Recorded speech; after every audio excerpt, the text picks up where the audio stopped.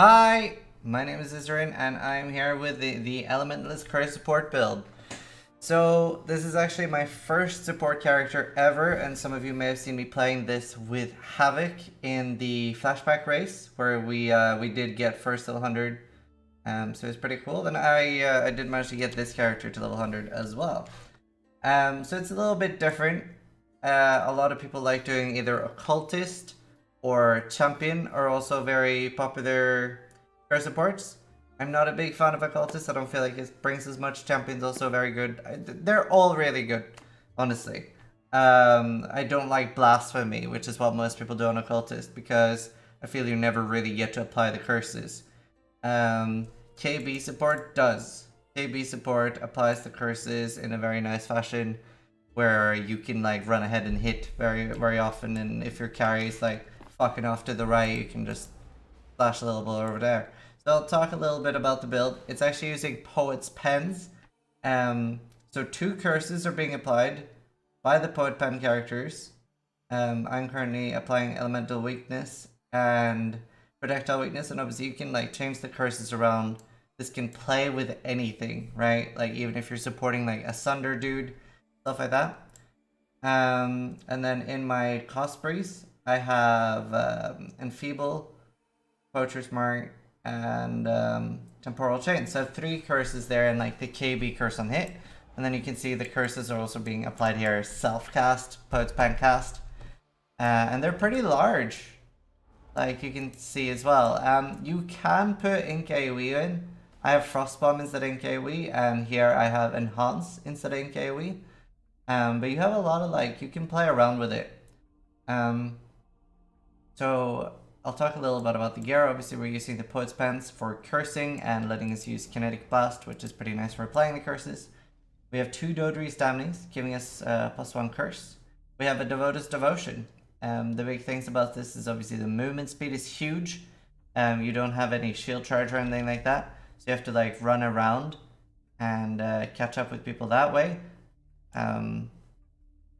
It also gives Chaos Rest, which is huge. Like that was one of the scariest things. We were chaining tier 16s, and it was hard. It was pretty hard to survive and keep up. And I did die once on this build, but that was a bit unlucky actually. There was like 3 or 4 things happening at the same time. But you can go watch that rip yourself if you want. It's in the rip playlist.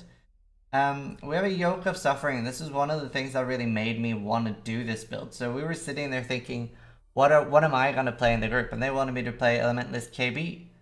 But the problem with that is Havoc can get kind of cranky if somebody is getting last hits on the rare monsters. So I was thinking, well, how about I play Curse support? And we already had one, but it was Occultist, and we ended up splitting, so the Occultist was with our boss killer, and I would be with the group. And we ended actually keeping me the entire time. We were later going to replace me as Curse support, but we ended up keeping it because it was so strong in the end, and the group really liked it, liked the build. The reason for that is you're getting like quite a lot of shock. Obviously you have Elementalist, which is no matter how little damage you're doing, you're always shocking for 20%. You can get some more shock effect, and you are actually, especially if you're playing in a traditional 3-player group, like you would have an aura support, curse support, and a damage person, then you actually do quite a lot of damage with Kinetic Blast yourself. The other 2 here are I kind of mostly wanted the resist nodes, I'm not gonna lie. It's pretty hard to balance resist on this build. I get a lot through jewels as well, like generally it's just life, resist, avoid being stunned isn't terrible, but like this is ideally what you want, shock effect. On top of like shocking your enemies, which is a more multiplier for your carry, so you're even more damage than other supports would do, is you would also have a Yoke of Suffering, which is going to be 5% more damage for each element. So you're shocking, you're chilling, and you're igniting everything. Like that's pretty much on all the time because you're an Elementalist. So that's been pretty nice. That's another 15% more damage. So that's like 35% at least with the shock, possibly more depending. And you can set it up. You can get a boot enchant to do fire damage, and you could remove Avatar Fire. That's if you've killed recently, but you are killing whites on this build, even into your 16s, especially in easier maps. So you could get a boot enchant fire damage if you killed recently. Make sure you only have physical damage. and then the boot enchant would give you fire damage, so you could EE as well. So that is the reason for Avatar of Fire at the moment, because I have no any element damage. So I wanted to make sure that we are EEing fire, because my carry was doing cold and lightning damage. That's another -50 resist. So it's a lot of good stuff this brings to the table. It's also fairly tanky. I have 5.3k life and 2.1k mana at level 100. So that's like 7k just in like flat HP there. And I was running Valgrace pretty much permanently. Obviously in 3.3 that's not the case anymore. There is now like a cooldown before you can like renew Valgrace.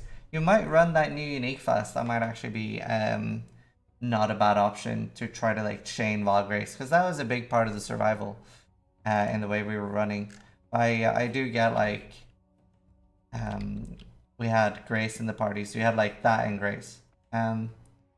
You could actually consider running Grace on this if you don't have an aura bot.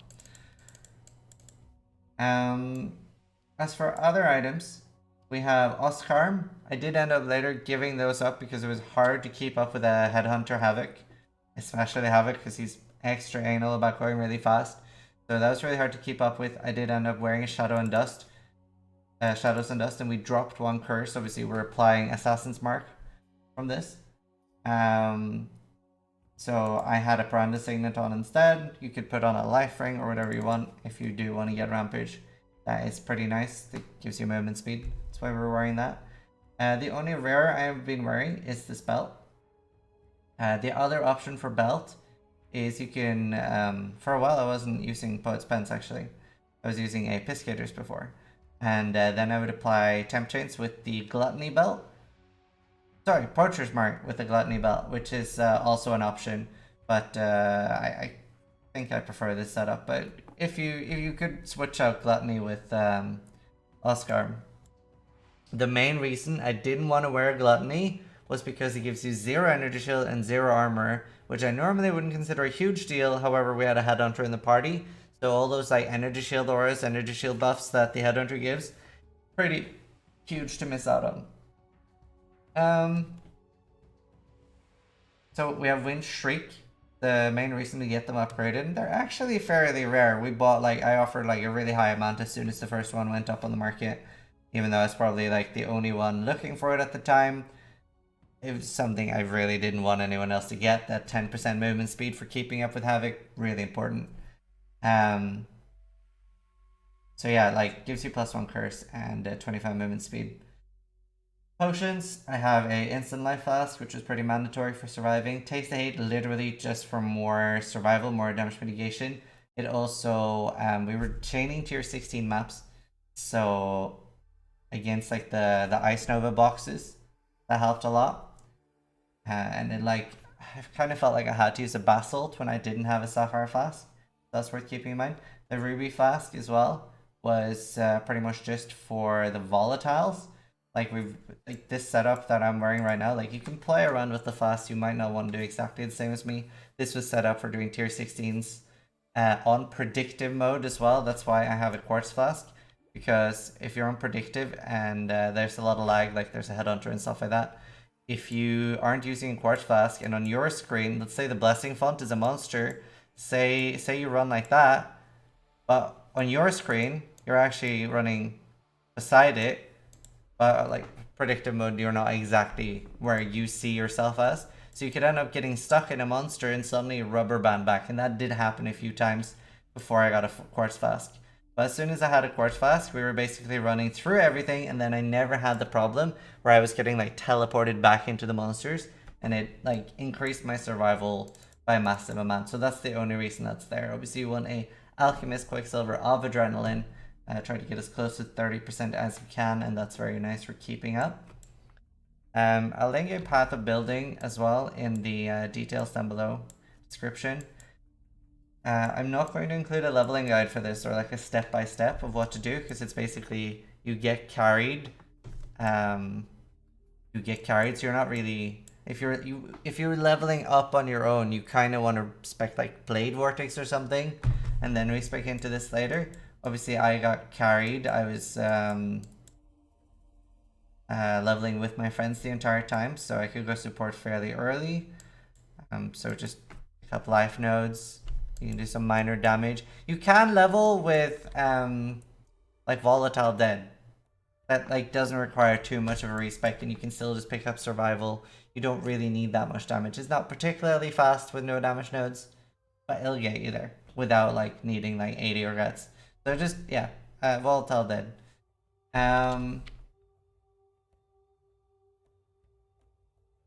Jewels. All the jewels have like resist on them. That's been pretty important.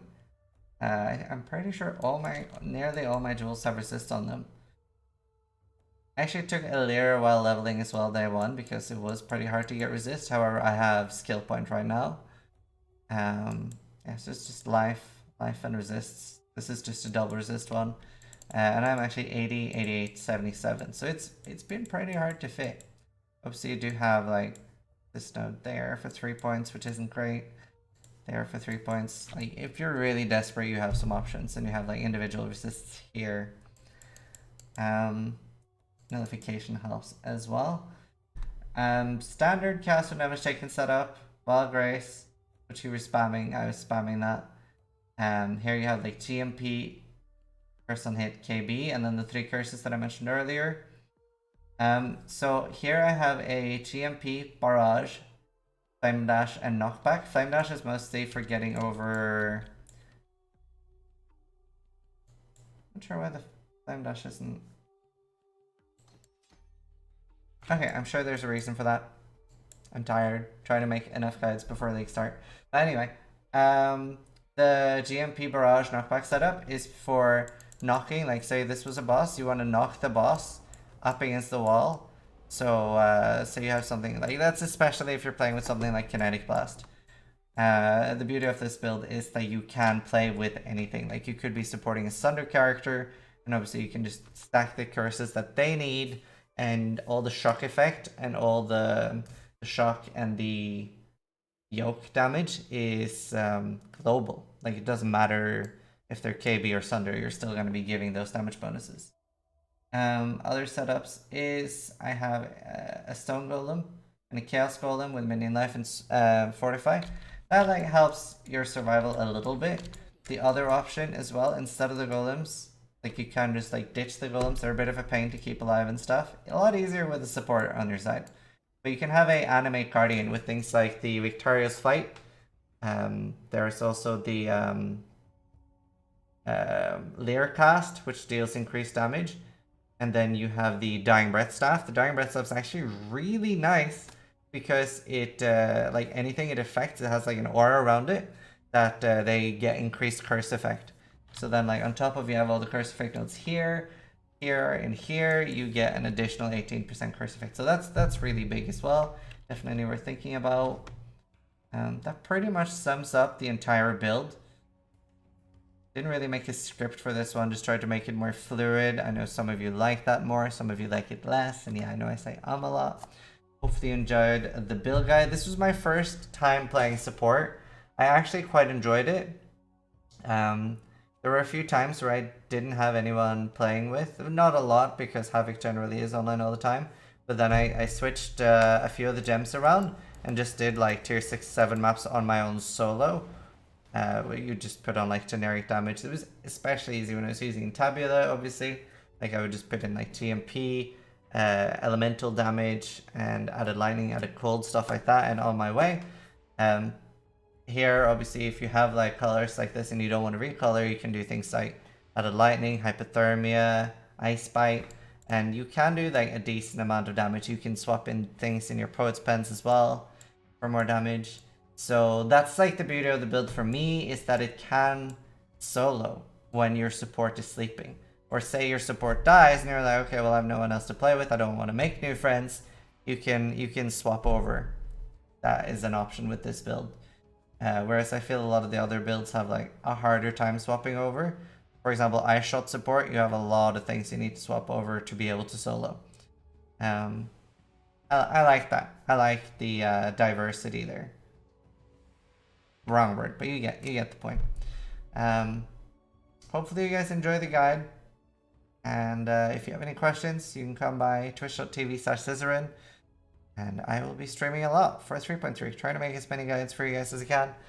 Thanks for watching. Hope you enjoyed it. And try to die less than I do.